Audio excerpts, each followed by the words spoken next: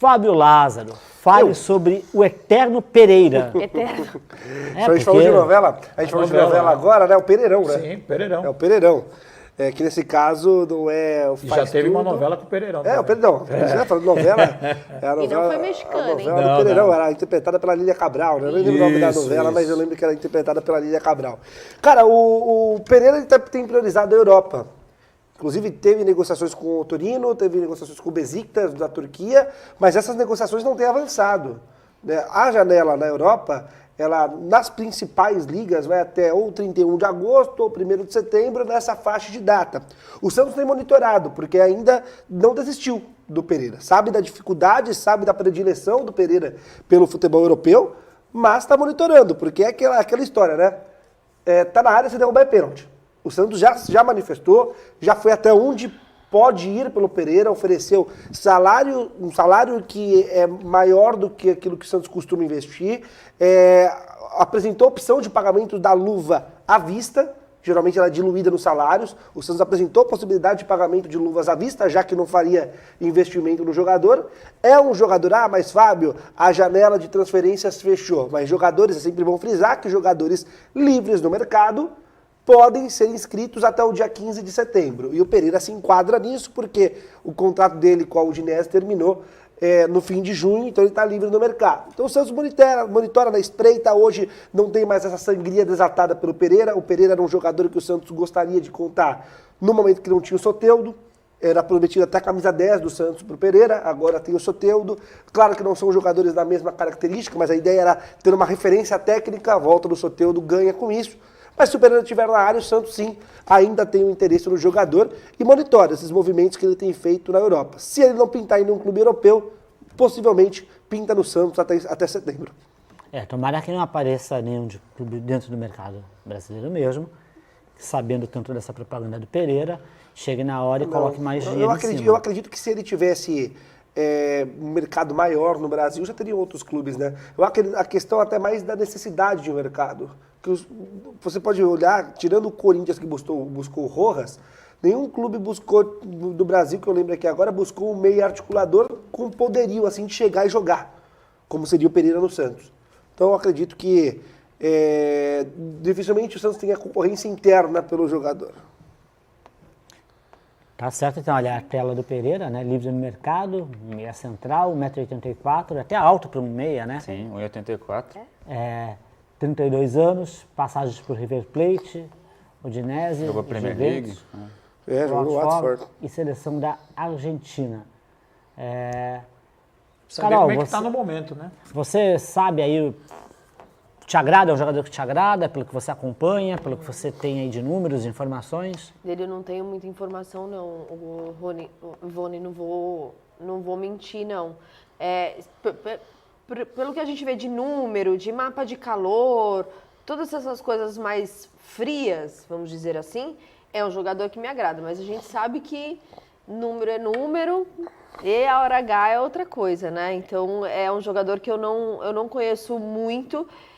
Eu até brinquei aqui quando surgiu o nome dele, eu lembro do Esporte por Esporte, que eu participei, que eu falei, tem cara de mal, o Santos está precisando de um jogadorzinho malvadão, assim, com cara né? de malvadão mais, no time, de né? mais bravo. Não muito tão... bom moço, né? Exato, eu lembro que eu brinquei com relação a isso. Mas, bom, é um meia central e a gente tem uma deficiência ali, né? Pelo mapa de calor ele parece ser aquele tipo Everton Ribeiro, né? Como o mapa de calor mostrou. Que trabalha bem pelo lado do campo, ele constrói pelo lado, que eu não vejo nenhum problema. Pelo menos é jogador ruim. Jogador bom pode jogar na posição que for. Pela Udinese, inclusive, ele chegou a jogar como ala também, né? Como ala, como meia direita, mais avançado ali no setor direito, mais movimentado ali pelo setor direito, um dos principais jogadores da Udinese. Ala, sabe que é o seguinte, pode ser habilidoso, mas desce o sarrafo também, o que você está precisando, né? Não dá para ter muito bom moço só, né? Tá precisando de uns malvadinhos ali também para dar umas pancadinhas. Se bem que, vendo a análise em cima disso, é muito relativo, né? Porque é um outro campeonato, né? A Udinese é um outro patamar, né? Então, às vezes você tem um jogador com um scout muito bom, num determinado campeonato, aí ele muda de clube, muda de país, o tipo de campeonato, e o cara não rende. Então é relativo. Eu tenho o pé atrás. Com toda Mas eu acho a que- sinceridade, mas, eu fui professor, atrás. É que a necessidade do Santos é tamanha que não é difícil alguém chegar, encaixar e jogar e se tornar importante para o time. Então, mas tem que ter o pé atrás. Mas é- Vocês vão dar, só quero só pelo ponto depois, o Anderson fala o que ele acha também, que o Anderson também é analista de desempenho, depois eu falo também, eu não tenho essa análise, se o Anderson tem alguma análise dele. Não, se ele jogou com qualidade num campeonato de sarrafo mais alto, ele se encaixaria no futebol brasileiro. Eu Sim, vejo. mas quando que ele jogou? É isso que eu quero dizer. Por exemplo, a Udinese é um time De meio de tabela da de Série A. média, então, exatamente, é isso. italiano. A Udinese, para mim, foi boa quando teve lá os brasileiros que fizeram sucesso lá. Depois disso, não vi a Udinese chegando e disputando campeonato com ninguém. Então, é relativo. Fez um campeonato com uma equipe média. Como é que foi? Porque, de repente, se ele tivesse jogando em alto nível, numa equipe grande que disputou, brigou mas por tem título, 34 a gente anos, talvez até professor. viria mais. Tem 34 anos. Não, sim, Tem então. 34 Ali estava anos. marcando 32. Ali. Perdão, tem 32 anos. Então, tem 32 anos. É isso que eu quero ver, porque de repente o cara vai chegar aqui, vai haver um investimento, vai render tudo isso? Mas, professor, esse é o ponto. Eu acredito que o jogador hoje que joga em time mediano na Europa como protagonista é um jogador que tem totais condições de jogar no futebol brasileiro. Por exemplo, claro, estamos falando aqui de 2018, já faz um tempo. 5 anos. Eu estou falando que não é nem a questão da Udinese, que foi o último trabalho, mas o campeonato inglês que ele fez pelo Watford em 2018 foi um ótimo campeonato inglês. Foi o auge dele, por exemplo, na seleção da Argentina.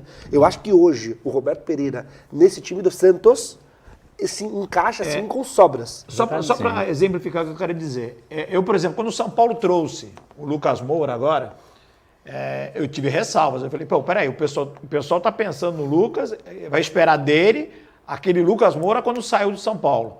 Não dá para esperar. Mas, por exemplo, eu concordo nesse sentido que às vezes o cara vem e dá certo. Por exemplo, eu acho que ele entrou bem no jogo contra o Atlético Mineiro.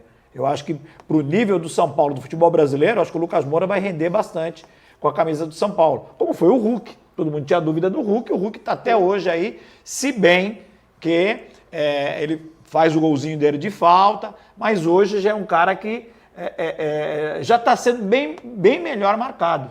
Né? Hoje ele está enfrentando uma dificuldade muito grande.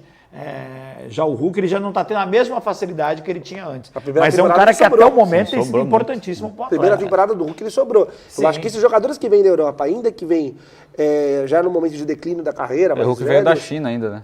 O Hulk veio da China, inclusive, realmente. Mas os jogadores que passaram por um auge na Europa, que tem essa qualidade. O Roberto Pereira, por exemplo, quando teve momentos em clubes de maior expressão, no caso, um clube, né, que é o Juventus, não foi tão bem. Não foi, mas ele foi protagonista dos clubes medianos em que ele jogou na Europa.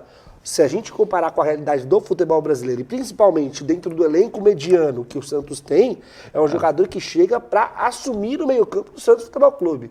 Não tenho sombra de dúvidas. Aquela coisa, né, rapidinho. Aquela coisa, né, Lázaro, Ivone, o Pereira, pelo nível de enfrentamento do futebol europeu que o próprio Lázaro cita, a Udinese é um time de meio de tabela da Série A.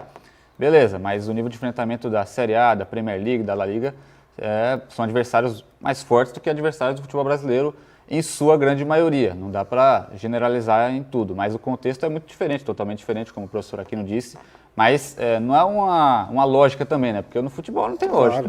Que ele vai chegar e vai dar certo. Porque, por exemplo, vários jogadores voltaram da Europa e não deram certo também, né? Depois Se tivesse lógica, o Flamengo estava classificado. Então, o futebol é muito bom por isso, inclusive, né? Então, Inclusive, ia tomar um gol de um cara de 1,74 m, né? Pela tendência que eu vejo o Pereira, caso chegue ao Santos, agregaria demais em qualidade técnica, assim, e até mesmo em liderança também, pelo que tem de histórico. Segundo o nosso analista de desempenho, o Anderson Oliveira, ele falou o seguinte, né?